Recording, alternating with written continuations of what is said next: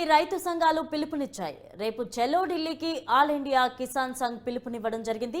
పంటకు కనీస మద్దతు ధరపై చట్టం చేయడం, 2020 ఆందోళనలో నమోదైన కేసులు ఎత్తివేసే వరకు డిమాండ్ చేస్తున్నారు. అయితే రైతుల ఆందోళనతో పంజాబ్, హర్యానా అలర్ట్ అయ్యాయి. ఢిల్లీ సరిహద్దుల దగ్గర ముందస్తు జాగ్రత్త చర్యలు తీసుకున్నాయి. బ్యారికేడ్లు, ముళ్ల కంచెలు సిద్ధం చేశారు పోలీసులు.